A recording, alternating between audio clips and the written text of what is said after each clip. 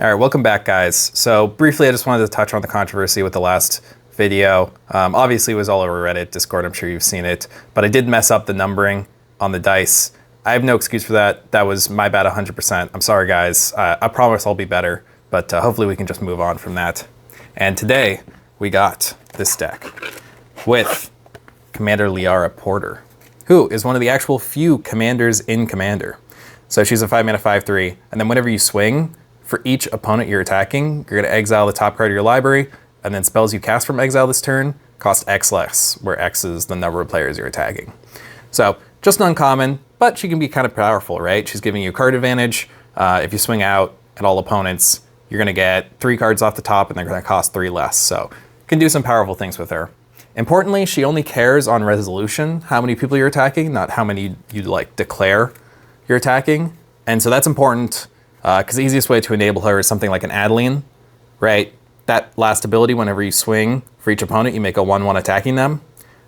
So when you swing with just an Adeline or something, you're gonna get 2 triggers, her and Commanders, and then if you stack it right, you can have this one resolve first, and then by the time Portyr resolves, she'll see 3 different opponents being attacked. You get the max value.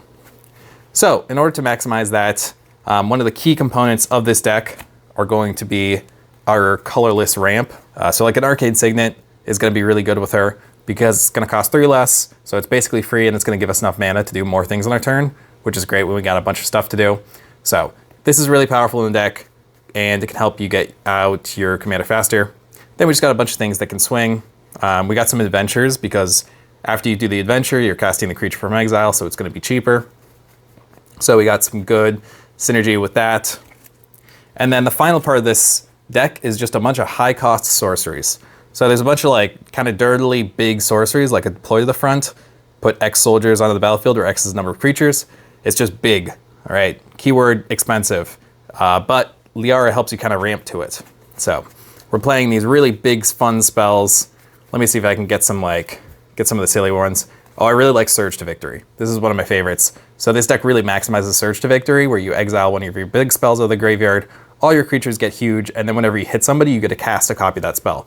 So you can imagine exiling a deploy to the front, all your creatures get +7/+0, then if you ever hit them, you're casting the deploy to the front, so you can get like a bajillion creatures.